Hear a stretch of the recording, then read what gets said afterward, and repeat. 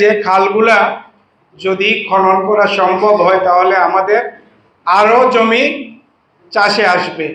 উনি এখান থেকে একটা জিনিস উল্লেখ করেছেন একটা বক্তব্যের মাধ্যমে ওনার, যে প্রতি ইউনিয়নে অথবা প্রতি সময়ে যদি 2টা করে খাল খনন করা সম্ভব হয় তাহলে একটা সময় আমাদের পুরা জমিগুলা আমাদের চাষের আওতায় চলে আসবে।